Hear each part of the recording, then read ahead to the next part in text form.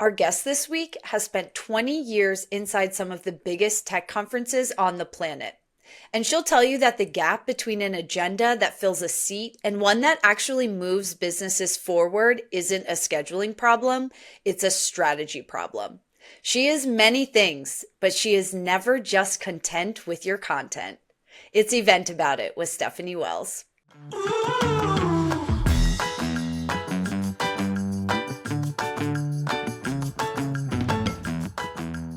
Hey everyone, my guest today has spent over 20 years building the content strategy behind some of the biggest tech conferences on the planet.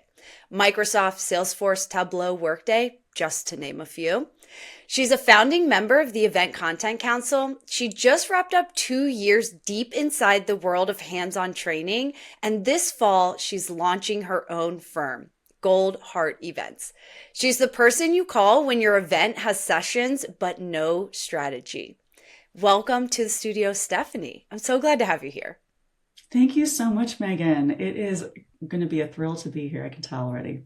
It's going to be great. I'm so excited for the conversation. But before we get into all the fun content stuff, you have one of, I think, the most interesting origin stories on how you got into events. And I kind of want to unpack it. So when we were doing our prep for this, I learned that you lived in Paris for 7 years, hustled your way into working with the United Nations, which honest to God didn't even know was possible, and then started working for some of the biggest rock stars that we would all know and never name. So I have 1,000 questions anyway, but let's just start with moving to Paris and hustling your way into the United Nations. Walk me through how that happens, because that's not a normal sentence. No, yeah, I am not a very normal person. But I've had a really interesting career. And it's actually a little bit flipped. So I got into events through the music industry. So when I was just a wee young thing out of college, I had a degree in marketing, and I wanted to be really intentional about what I did with that degree and what avenue I went into. I knew that in order to dedicate myself to one thing, it would have to be the thing that I loved most. And then, as is now, it was music.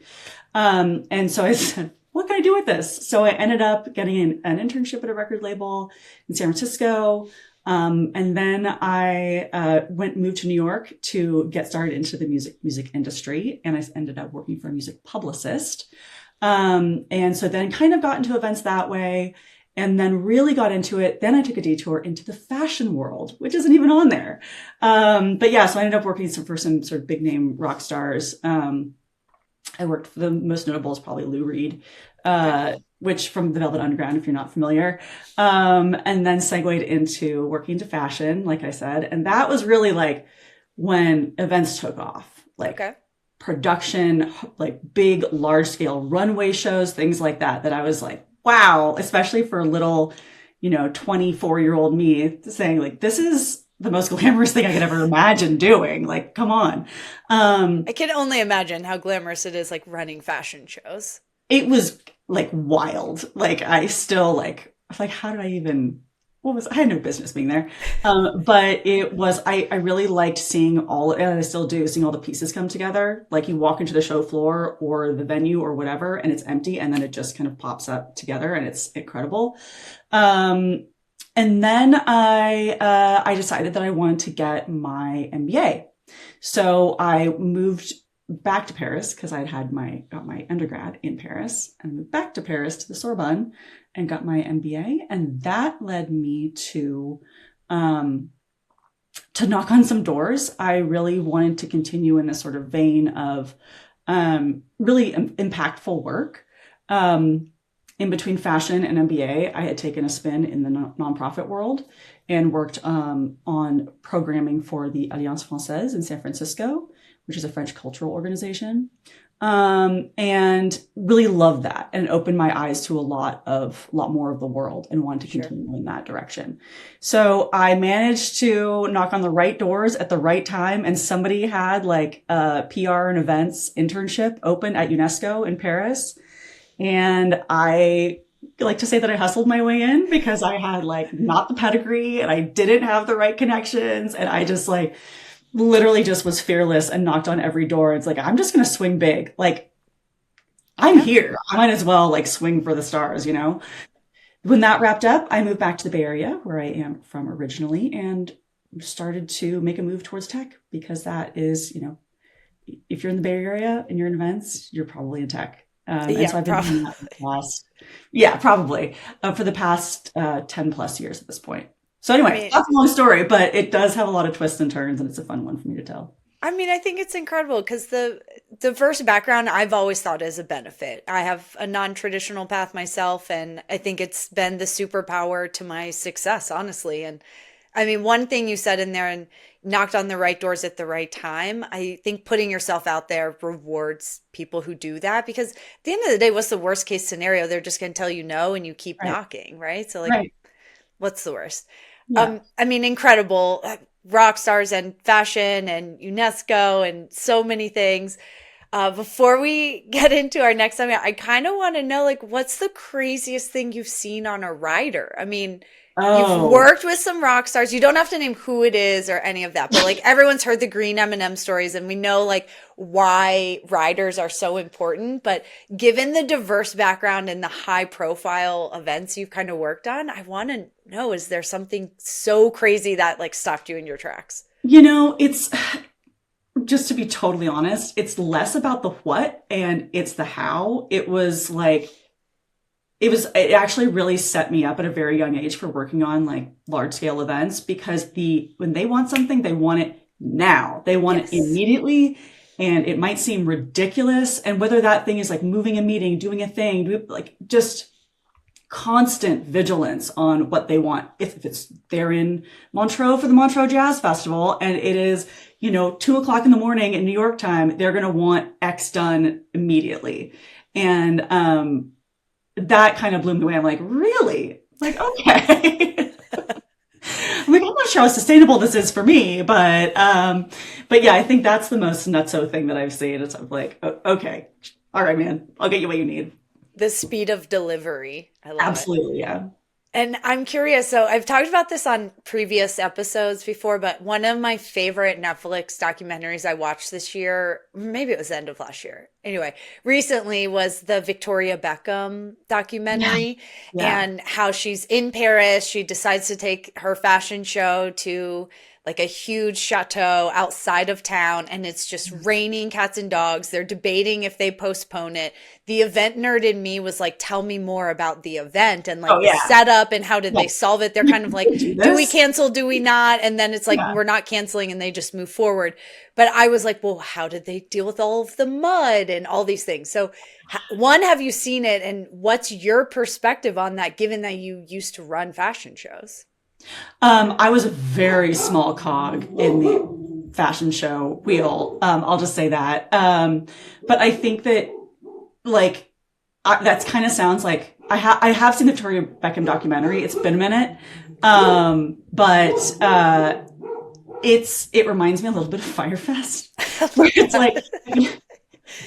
I don't think you're actually in the event industry if you haven't watched Firefest documentary and screamed at the screen while you're doing it. Yes. Um, but yeah, it's the same thing, and I think that like to me the big difference between like enterprise tech events and more kind of let's say entertainment or fashion or music or whatever is that I think enterprise events like it makes a little bit more sense. Like it's grounded in something, Sure. where like, somebody calling you at 2 a.m. to request like, a different air conditioning unit in their like limo or whatever. Like it doesn't make any sense. Like it's Yeah. like, okay, that was your top priority right now.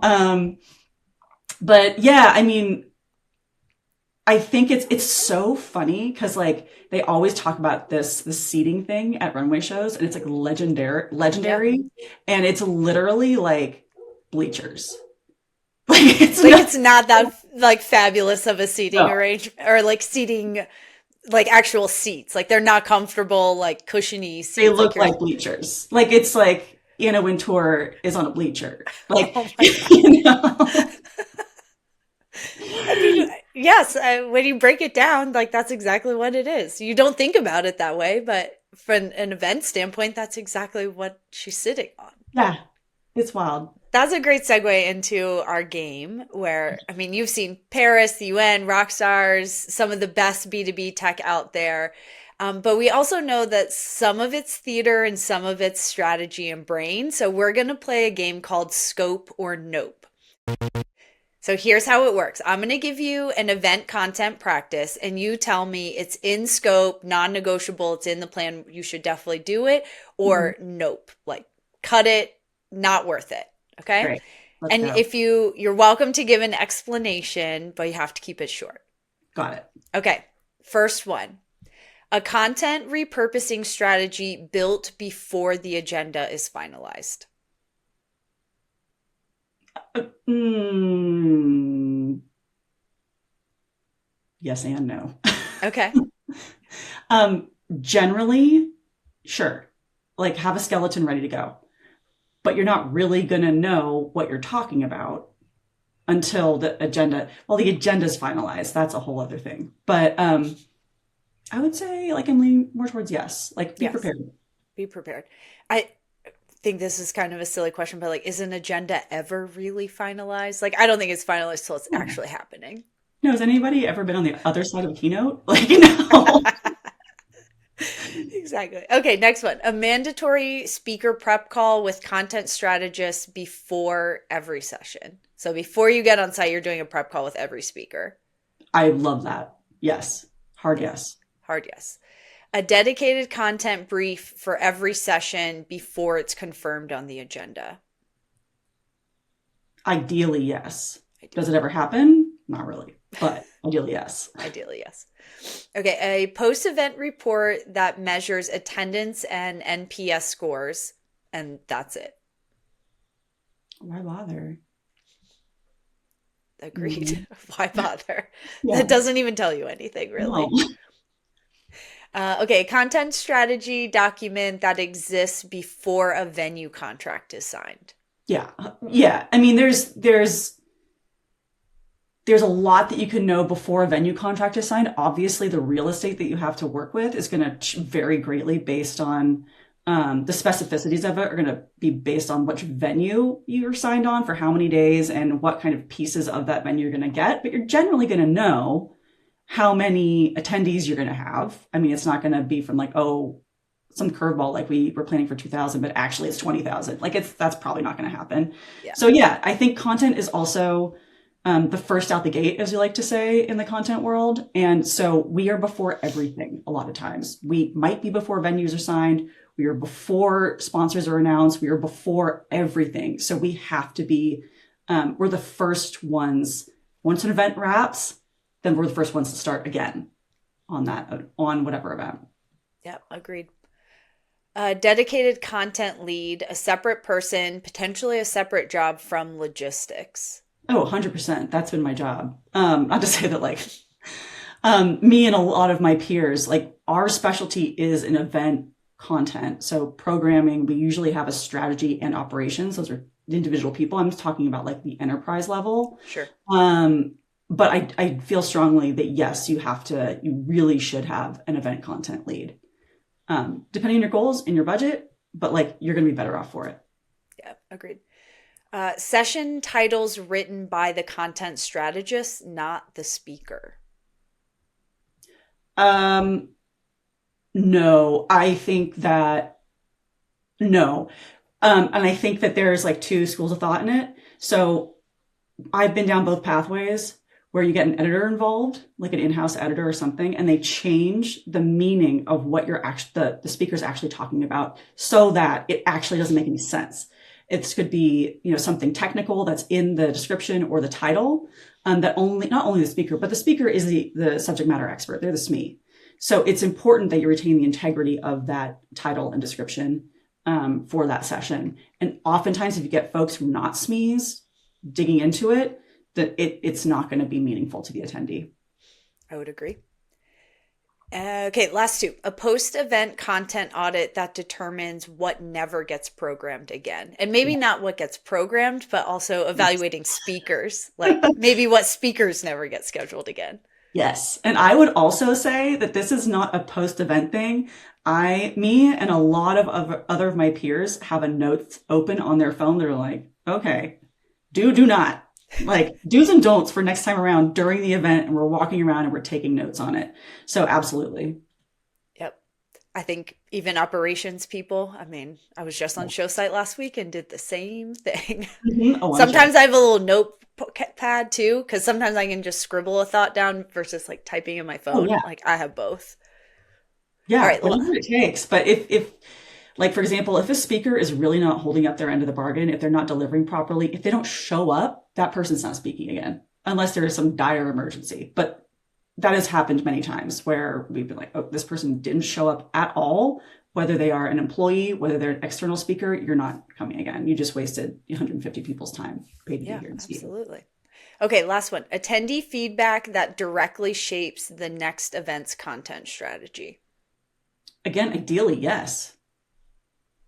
And what kind of feedback would you want to hear from attendees? Like beyond, is it just you want to know, did they like it? Did they not like it? Or would you want attendees to give more specific feedback? Specific is good. I think couch that in like a big asterisk of is this substantive? Things like even some, I would say also even something like they spoke too fast. But I don't want to hear about the AC. I don't want to hear about your coffee, which if you've ever read survey data, that is like the bulk of it. It's coffee, AC, and Wi-Fi. Great. But I think this was a, say, 400 level class and actually like it wasn't, it's a very basic class or session. If it hit the right level, it was designed to. Also, like if the meat of the session, if the delivery match the title and description that they were sold, and then that's what the attendee decide to spend their time doing. That's super important. How it moves it forward, like if it depends on the frequency of that feedback that we're getting. So if it's the level is really not matching what's delivered, we really have to address that. If the speaker is super unprepared, why is that happening? We have to address that. And that's over and over. One-offs, if there's outliers, like we really don't, take it with a grain of salt, let's put it that way. But like if there's patterns, we ideally, hopefully, like address them square Oh, on. for sure. I mean, that's where context comes in. Some of the stuff is addressable, some of it's not. Right.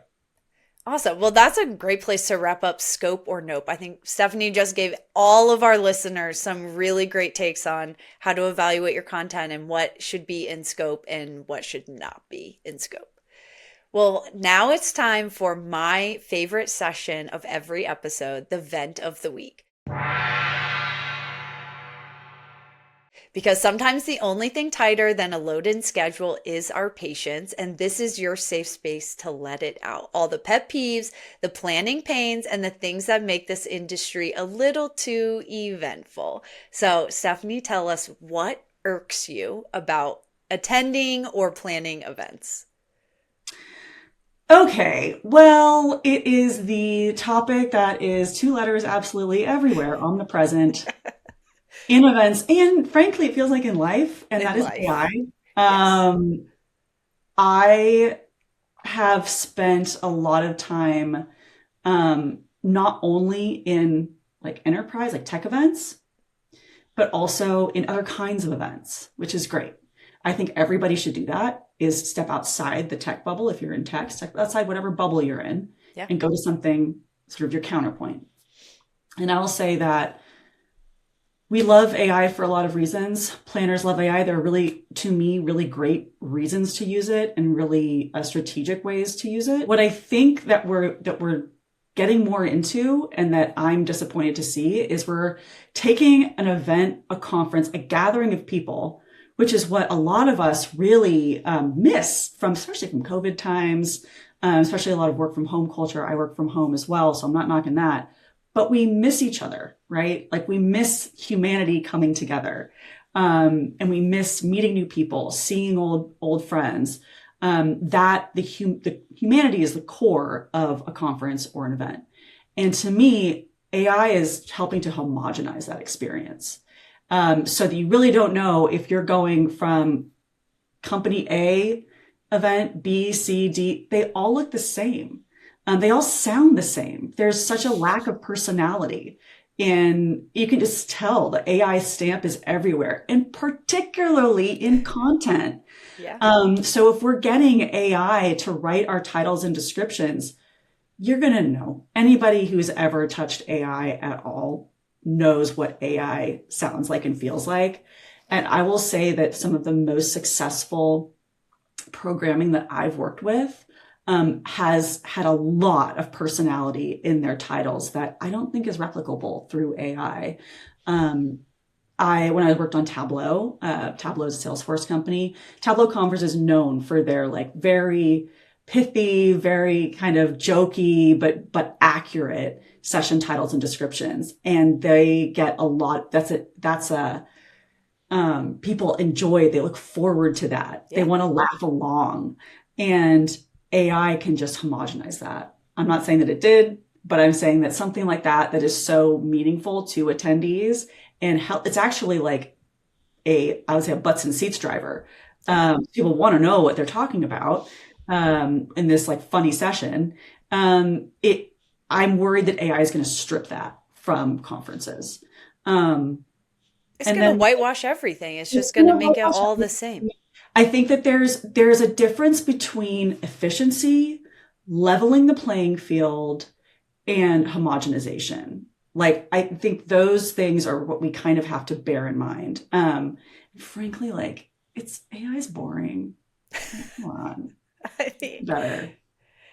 I think when we think about AI in terms of efficiency, I do love it, but and there are things that I use it for that are immensely helpful, but you're absolutely right. It does get boring and it produces a lot of times the same thing. Yeah, Like the variations of it, like without proper prompting and learning how to use AI properly, you mhm. end up just with the same content over and over again. Yeah, and that's not why people want to physically spend the time and money Yeah. to go to a conference and sit there in front of like sit there with their time, they're like spending hours out of their day away from their family, away from their work, Yeah. to pay attention to something that is just spit out by a machine. Like they want to hear people talking about real things and real stories and answering their pain points and providing solutions, not, you know, a bot, basically. I feel like I sound like an old fogey. I'm just saying there's nuance. No, I think there's so much data coming out, and this is not totally AI related, but kind of like the analog way of doing things is becoming back around, and Yeah. people aren't on social media as much. Like we're going back to using channels. That's why events are becoming so popular again, just gathering people that people don't want to be behind a screen anymore. They want to be in person. Yeah. The next generation is not on social media like they used to be, Hmm. and they're coming to events more. They want the connection more. So a lot of that analog, non-digital outreach and connection is what people are really looking for these days. And so I think we know in the events industry, like AI will never take our jobs because an AI bot will never be able to create an environment that thrives human to human connection. Yeah, absolutely. It I just won't think happen. that just to put a bow on it, I mean, I think that the events that I've seen to be most successful and have importantly the greatest loyalty are events that limit the use of AI. So they retain their own point of view, they retain their own voice, and that leads to greater attendance. No notes. And all right, next next segment. We're going to event about it. This is the part of our show where you get to spill the tea on a memorable event moment, whether a huge success, total disaster, or just chaos. We want to hear about it. And you have worked some very interesting events, so I want to know a good story. So spill the tea. I'm trying to think of like a real good story. They're all about Wi-Fi. Hey, But it's a critical piece of events these days. truly, like it's amazing as event people like, oh, Stephanie, you only do event content. I'm like, oh no. I know a little bit about networking. I know a little bit about production. I know a little bit about like keynote. I like you have to know a little Yeah. bit about so much. It's one of the most cross-functional roles you'll ever take on. That said, I think what's important too is like not only what happened in this sort of, instance, but what was learned. And that is a few years ago. I was working in-house for for an enterprise company. And we were doing, for the first time, this is when folks really started to do like bring your own device. So BYOD for events. If you have something like a hands-on lab component, hands-on training, usually like some companies still provide their own machines, which is great.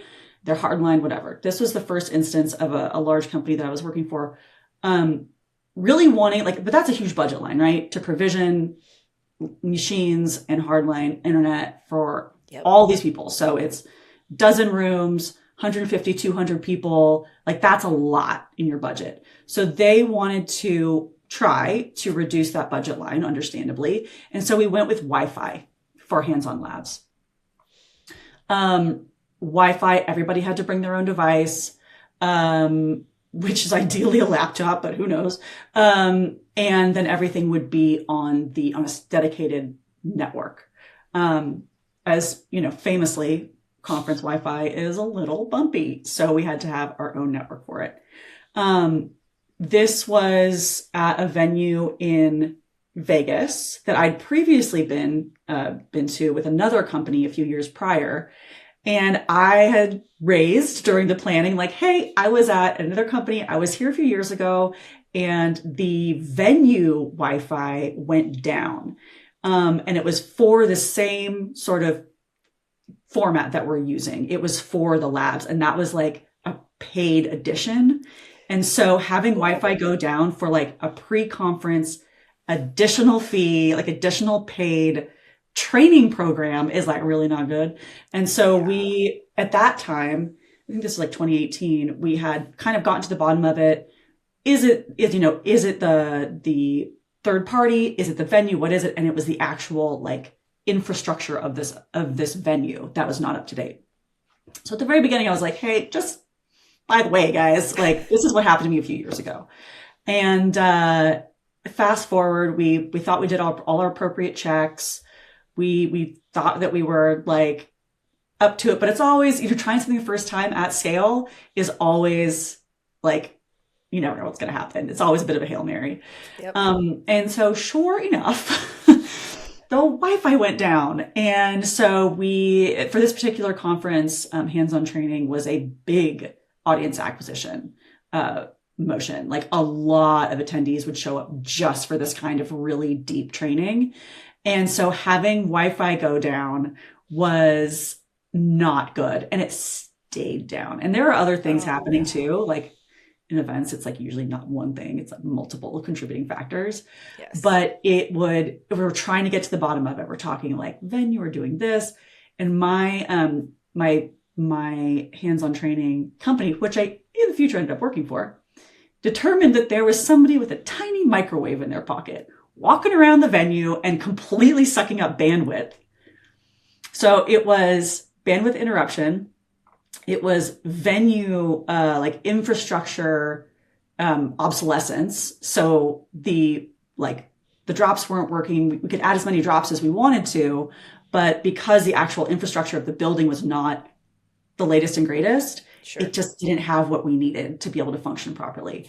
And so at the time, like I said, I was in-house. And I always recommend falling on your face in front of all your leadership. Like, do it. Like, don't do it quietly. Like, just do it in front of everybody who, it sucks if you're the leadership, but you're the tip of the spear for this. Yeah. They've made the decisions, or you've made the decisions that have ended up in this result. You just have to own it. You got to own it. Just have to own it and say like, we learned. We should have listened. We should have actually put more budget towards X and Y and Z. So in the subsequent years after that, lesson learned, there was more budget allocated to networking, to doing scale testing, to doing all of these technical things that we had, opted out of with budget in mind. But that we realized because we had a lot of very angry attendees who had, like I said, shown up specifically to take this deep dive training, weren't able to. And they weren't able to for like the duration of the conference. Like it was like Oh you no. have to It's be. not like a 5 minute glip. Like this No, no, no, was no. This was like a multi-hour torpedo. day. Oh Yeah, like no. a big torpedo. But yeah, so I fast forward like a few years, and I was at working for a different company, and we had a situation where we fell on our face. It happens. It sucks. But all of our leadership was there. And again, I was telling my team, I was managing a team at the time, and I said, guys, I know this sucks. Don't take it personally. It's not your fault. There's always contributing factors. And guess what? The benefit is we did it in front of all of our C suite.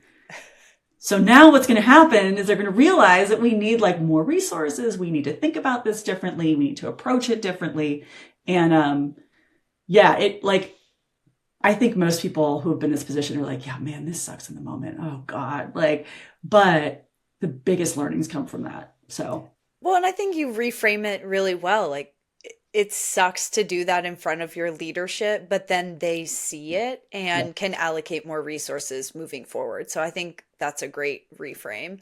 And it's also a good lesson in contingency planning of how mission critical is this to the event? Like if the Wi-Fi goes down, is it really, for lack of better words, the end of the world for this event? Mhm. Like, if the hands on training is such a mission critical to why people are showing up, then you need to allocate as much contingency planning for that to happen and get back Mhm. up if something occurs versus like if the mobile app goes down, is that really the end of the world? Because we have digital signs, we have actual signs, people can still navigate and get what they need. So maybe that falls lower on the priority list of contingency planning versus like if the Wi-Fi goes down, we can't do these trainings, then no Mhm. one's going to come back to our show again. Yeah. And I mean, anybody's ever dealt with a Wi-Fi outage? I had another one at a different company too, where we didn't have trainings, but we had breakouts entirely on Wi-Fi. So we had Yes. only the people who had been in the content management system and actually uploaded a PDF of their breakout were able to present. So keynote struggled, breakout struggled. Like to your point, you have to have a contingency plan if it's that mission critical. Yeah, absolutely. Well, that is all the time we have for Event About It today. So, Stephanie, thanks for joining. Tell everyone about Gold Heart Events and where they can find you. Excellent. So I am going freelance. I'm really excited about it. My company is called Gold Heart Events. Of course, I specialize in event content, strategy, operations, and also do general event management. Like I said, I do have a background in entertainment and culture as well. So looking forward to diversifying what I work on. So you can find me on LinkedIn. I'm Stephanie Wells, the one with the glasses, and my website for my new venture launching this fall is goldheartevents.net. Amazing. Well, that's all the time for today's episode of Event About It, where we connect events and marketing and prove that live experiences aren't just logistics, they are a growth channel.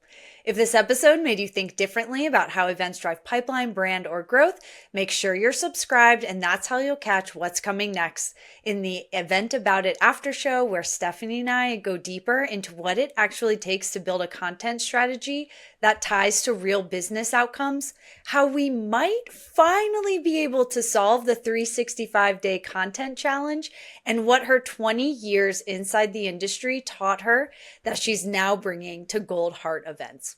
Until next time, keep growing, keep laughing, and keep eventing about it.